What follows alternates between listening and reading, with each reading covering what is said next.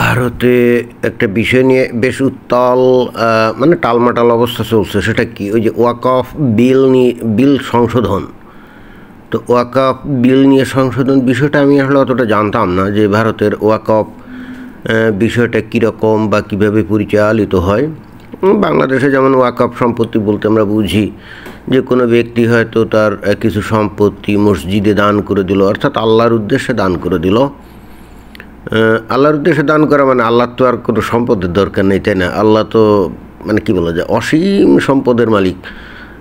তাকে কিভাবে আবার জমি দান করা যায় এটা তো ঠিক বোধগম্য নয়, কিন্তু তারপরও হচ্ছে ওই আল্লাহর উদ্দেশ্যে দান করা বলতে বোঝানো হয় যে কোনো এক ব্যক্তি হয়তো মসজিদে কিছু জমি দান করলো বা অর্থ টাকা পয়সা হয়তো দিল, এটাই হলো ওয়াকফ সম্পত্তি। এবং এখন আল্লাহকে দান করলে আল্লাহ তো দুনিয়ায় এসে মানে দুনিয়াতে এসে তো আর এই সম্পত্তিগুলো নাড়াচাড়া করে না।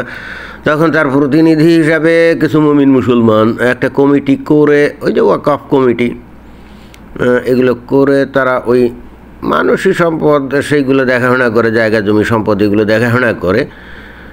এবং সেক্ষেত্রে যারা দেখাশোনা করে এরা যদি 100% অনেস্ট হয়, ইটস ওকে, তাহলে আর কোনো সমস্যা না।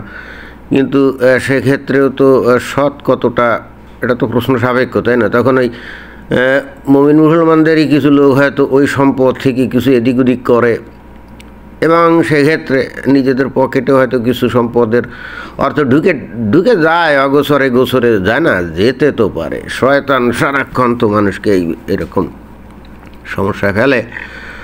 তো কথা হচ্ছে যে এখন এই বাংলাদেশের ওয়াকফ জিনিসটা তো আমি জানতাম, বাট ভারতে জিনিসটা কিভাবে চলে বা কি ঘটনা এটা তো জানতাম না। তো তাই চিন্তা করলাম যে এইটা নিয়ে 2-4 কথা বলার আগে এই বিষয়ে ভারতের সিস্টেমটা আমাকে জানতে হবে, একটু বুঝতে হবে, তারপরে কথা বলতে হবে। এবং মোটামুটি যেটা জানলাম তার প্রেক্ষিতে এই ভিডিওটার অবতারণা।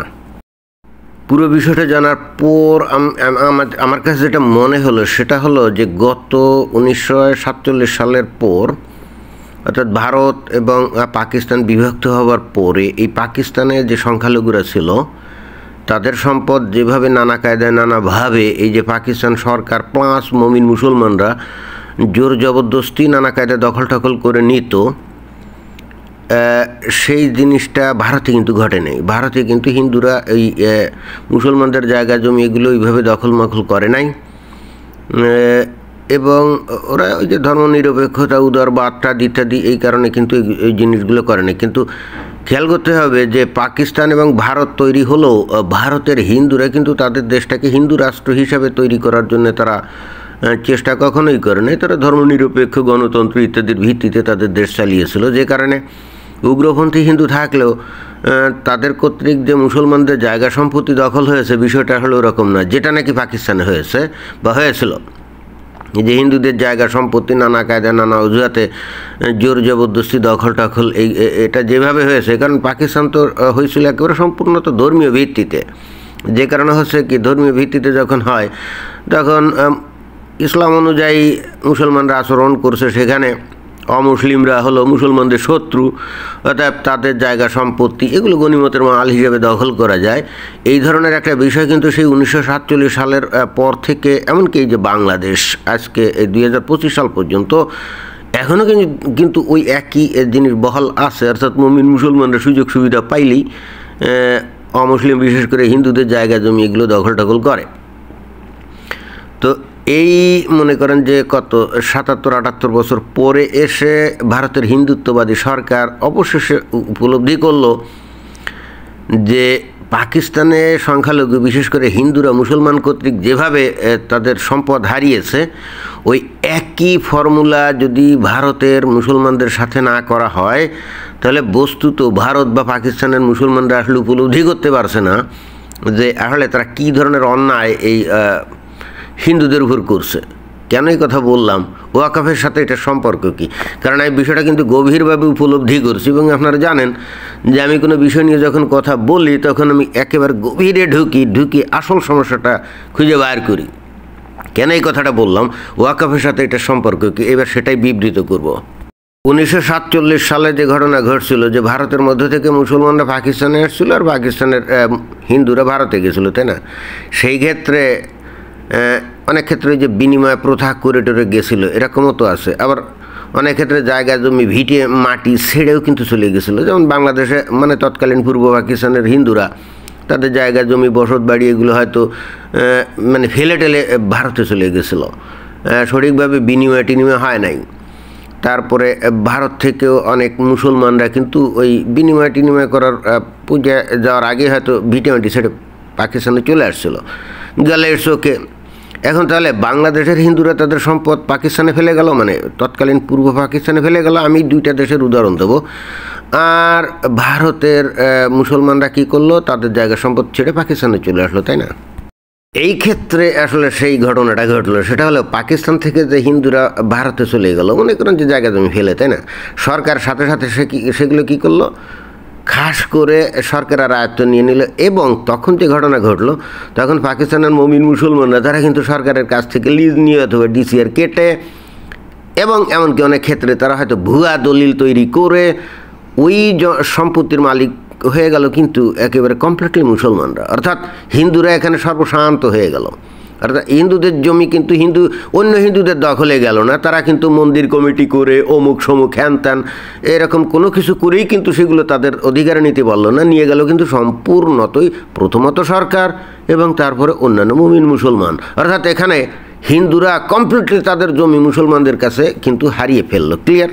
কিন্তু ভারতে ঘটেছে সম্পূর্ণ উল্টো। সেটা কি? সেটা হচ্ছে, মনে করেন যে ভারতের কোনো মুসলমান পাকিস্তানে আসলো, তো আসার সময় ধরেন যে ওই জায়গার সম্পত্তি হয়তো লিখিত দিল, অনেক ক্ষেত্রে মৌখিকভাবে দিলেও হয়, কিন্তু মনে করেন লিখিতও দিল না, মৌখিকভাবেও দিল না, জাস্ট ফেলে চলে আসলো। ফেলে চলে আসার পরে তারপর ওখানে কিছু মুসলমান রয়ে গেল না, তারা এই যে ওয়াকফের একটা বিধান আছে যে মৌখিকভাবেও যদি দেয় তাহলেও সেটা হবে, অর্থাৎ ওই মসজিদের সম্পত্তি হবে বা ইসলাম সম্পর্কিত কোনো একটা প্রতিষ্ঠানের সম্পত্তি হয়ে যাবে। তো যারা নাকি মনে করেন যে জাস্ট ফেলে চলে আসলো, মৌখিকভাবে দিয়েও আসে নাই, জাস্ট ফেলে চলে আসলো, তখন ওই জায়গার কিছু মুসলমানরা কী করলো জানেন?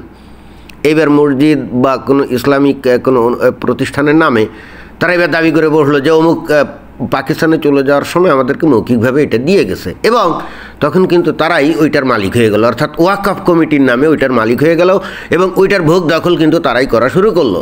হয়তো তারা ডাইরেক্টলি নিজের নামে নিতে পারলো না, বাট ওয়াকফ কমিটির সাথে সম্পৃক্ত থেকে ওই জায়গা সম্পত্তি থেকে যে আয় উপার্জন তার কিছু অংশ অবশ্যই হয়তো মসজিদ বা মাদ্রাসা দিত, বাট একটা বড় অংশ তারা নিজেরাই ভোগ দখল করা শুরু করলো এবং ওখান থেকে উপার্জিত অর্থ তারা কিন্তু নানা রকম ইসলামী সংগঠন, উগ্রবাদী সংগঠন ইত্যাদির পিছনে খরচ করা শুরু করলো। তফাৎটা কি? পাকিস্তান থেকে যাওয়া হিন্দুরা তাদের জায়গা সম্পত্তি কিন্তু সম্পূর্ণ হারিয়ে ফেললো, তারা বঞ্চিত হলো, তাদের সহায় সম্পত্তি সব কিন্তু মুসলমানরা দখল করে ফেললো। বাট ভারতের ক্ষেত্রে ঘটলো কি সম্পূর্ণ উল্টো, তাদের সম্পত্তি কিন্তু কোনো হিন্দু দখল করতে পারলো না, কারণ ওই যে ওয়াকফের নামে ওই মুসলমানদের সম্পত্তি মুসলমানের কাছেই রয়ে গেল। আর পাকিস্তানে কিন্তু ওই যে সমস্ত হিন্দুরা জায়গা সম্পত্তি ফেলে গেল না, তো পাকিস্তানে তারপরেও কিছু হিন্দু রয়ে গেল না, তারা কিন্তু তখন ওই মন্দির অথবা ওই কোনো ওই ধর্মীয় প্রতিষ্ঠানের নামে সেই সম্পত্তিগুলো কিন্তু তারা দখল নিতে পারলো না। এটা চলে গেল সম্পূর্ণত প্রথমত সরকারের কাছে, দ্বিতীয়ত সরকারের থেকে তারপরে মুমিন মুসলমানদের কাছে, এবং ওই সমস্ত জমির 1% জমি কোনো হিন্দু দখল নিতে পারে না, ক্লিয়ার? অর্থাৎ পাকিস্তানে হিন্দুরা সম্পূর্ণ জমি থেকে বঞ্চিত হয়ে গেল এবং অন্য হিন্দুরা কোনোভাবেও সেগুলো দখল নিতে পারলো না। কিন্তু ভারতে কি হলো, মুসলমানদের ফেলে দেওয়া জমি সম্পূর্ণতই মুসলমানরাই দখল করে রাখলো, তারাই ভোগ দখল করে রাখলো এবং এখনও করে যাচ্ছে ওয়াকফ কমিটির নামে, ওয়াকফ বোর্ডের নামে। অর্থাৎ তারা দাবি করলো যে ওই মুসলমানগুলো পাকিস্তানে চলে যাওয়ার আগে এগুলো মৌখিকভাবে অমুক মসজিদ অথবা অমুক ইসলামিক প্রতিষ্ঠানের নামে দিয়ে গেছে, বোঝা গেছে? তো ভালো কথা, তাতে সমস্যা কি? মুসলমানদের জমি মুসলমানরা যদি দখল করেও অসুবিধা কী? আর পাকিস্তানে মনে করেন যে হিন্দুদের জমি আছে, নিয়ে গেল, এখানে আসলে চলে যখন গেলই তার সম্পত্তি আর কে ভোগ দখল করবে? আচ্ছা, সরকার নিল, পরে মুসলমানরা নিল, তাতেও তো কোনো সমস্যা না, তাই না? বেসিক্যালি তাতেও আসলে কোনো সমস্যা না। তাহলে এতদিন বাদে এই আইনগুলো পাল্টানোর চিন্তাভাবনা কেন এই নরেন্দ্র মোদী সরকার করছে জানেন? এটার মূল কারণ হচ্ছে এখন এসে দেখা যাচ্ছে যে ভারতে এই ওয়াকফ কমিটির নামে বা ওয়াকাফ বোর্ডের নামে যে সমস্ত সম্পত্তি, তারা বিপুল পরিমাণ সম্পত্তি, মূল্যবান সম্পত্তি, তাই না? তো সেগুলো দখল করে আছে। এবং পরিমাণ কীরকম জানেন? ভারতে 1 নম্বরে সবচাইতে বেশি সম্পদ দখলে আছে ভারতের রেলওয়ে কর্তৃপক্ষ। সারা দেশে যে রেল সড়ক আছে সব জমির মালিক তো তারাই। 2য় নম্বরে আছে ভারতের সেনাবাহিনী, বিভিন্ন জায়গায় যে ক্যান্টনমেন্ট আছে এগুলোর জন্য তো অনেক জায়গা সম্পত্তি দখলে আছে, তাই না? এবং 3rd পজিশনে আছে এই ওয়াকফ বোর্ড, অর্থাৎ এই মুসলমানরা।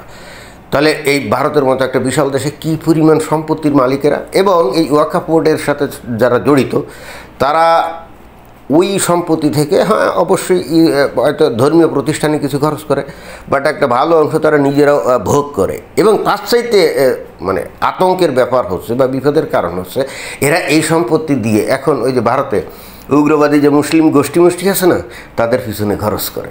এবং নরেন্দ্র মোদীর এই বিজেপি সরকার বস্তুত এই কারণে এদের এই অর্থনৈতিক ভিতটাকে দুর্বল করার জন্য, অর্থাৎ এরা যাতে এইভাবে ওই উগ্রপন্থী দলের পিছনে অর্থনৈতিকভাবে সাহায্য সহযোগিতা করতে না পারে, এইটাকে দুর্বল করার কারণে বস্তুত অনেক দিন পরে এসে হলেও এই উদ্যোগটা গ্রহণ করছে যে হ্যাঁ এইভাবে তো আর চলতে পারে না, এইভাবে তো আর চলতে পারে না। পাকিস্তানে যেরকম যারা হিন্দুরা জমি ফেলে আসছে, সরকার সেগুলো দখল করছে, তো ভারতের ক্ষেত্রেও তো তাই হবে। মুসলমানরা যারা নাকি জমি ফেলে চলে গেছে, যার কোনো ওয়ারিশ বা মালিকানা নাই, তাহলে সেগুলো সরকারের খাতায় যাবে, তাই না? এরপর সরকার ওই জমি কাকে লিজ দিবে বা কাকে ডিসিআর কেটে মালিকানা দিবে, অথবা সরকার নিজে ওইটা ব্যবহার করবে কিনা, এটা সরকারের ব্যাপার। অর্থাৎ ভারত সরকার দীর্ঘ এই 77-78 বছর পরে এসে, 47 সালের পরের ঘটনা থেকে তো শুরু, এতদিন পরে এসে হলেও ভারত অবশেষে পাকিস্তানের এই মুসলমানদের এই দেখানো পথে চলা শুরু করছে। আর যখনই মুসলমানদের দেখানো পথে এই ভারতের নরেন্দ্র মোদী সরকার চলা শুরু করছে, তখন এই বাংলাদেশের মুসলমানরাই তার বিরোধিতা করেছে, তাই না? বাংলাদেশে এই ওয়াকফ যে বিল, এটার যে সংশোধনী আনছে এবং এটা অলরেডি পাশ করে ফেলছে এই যে নরেন্দ্র মোদী সরকার, তাই না? তো বাংলাদেশে জামাত ইসলাম সহ আরও মুমিন মুসলমানদের কী সংগঠন যেন এটার প্রতিবাদ করছে না। ভারতের যে সমস্ত উগ্রপন্থী রাজনৈতিক যে মানে মুসলিম দল আছে, ওই যে ওআইসি টুআইসি কারা আছে না, যারা নাকি জিহাদি এবং উগ্রপন্থী, তারা কিন্তু এটার প্রতিবাদ করছে। কেন করছে? কারণ এটা করলেই তো তারা মুফতে তারা যে মানে যে অর্থনৈতিক সুবিধাগুলো পাইতো, এবং যেটা দিয়ে তারা উগ্রপন্থী রাজনৈতিক দল, বিশেষ করে মুসলিম মৌলবাদী গোষ্ঠীগুলো পুষত, এটা তো আর পুষতে পারবে না। এটা আমার মাথায় আজ মানে ঢুকছে না যে আসলে মুসলমানদের দেখানো পথেই তো নরেন্দ্র মোদী এই কাজটা করছে, তাই না? এতে করে মুসলমানদের আরও মানে ধন্যবাদ দেওয়া উচিত না? কারণ মুসলমানরাই তো আসলে দেখাইছে যে মুসলিম দেশে যদি অমুসলিম কোনো সম্পদ ফেলে যায়, তাহলে এইটা নানা কায়দায় নানাভাবে তারা নিজেরাই ভোগ দখল করবে, অর্থাৎ মুসলমানরা ভোগ দখল করবে। তো তাদের এই দৃষ্টান্ত দেখেই তো এখন ভারত সরকার বলছে আচ্ছা ঠিক আছে, তাহলে আমরা ওই একই পথে যাই। তো ভারতে মুসলমানরা যে জায়গায় সম্পত্তি ফেলে গেছে, সরকার সেটা দখল করবে, এবং পরে সরকার হ্যাঁ হতে পারে সেটা কোনো হিন্দুকে হয়তো লিজ দিয়ে দিতে পারে, অথবা কোনো মুসলমানকেও দিতে পারে, সেখানে হয়তো ডিসক্রিমিনেট নাও করলো, অথবা যদি শুধু হিন্দুদের কেউ দেয় তাতেও অসুবিধা কী? কারণ বাংলাদেশের মতো দেশে বা পাকিস্তানে যেমন হিন্দুদের সম্পত্তি শুধুই মাত্র মুসলমানদের মধ্যে বন্টন করে, তো ওই দেখা দেখি ভারতের সরকার যদি মুসলমানদের সম্পদ শুধু হিন্দুদের মধ্যে বন্টন করে, তাতে সমস্যা কি? এতে তো মুসলমানদের আরও ধন্যবাদ জানানো উচিত না যে মুসলমানদের দেখানো পথেই ভারত সেই কর্মকাণ্ডটা করছে, কি এটাই না? এটাই ছিল বক্তব্য। ধন্যবাদ।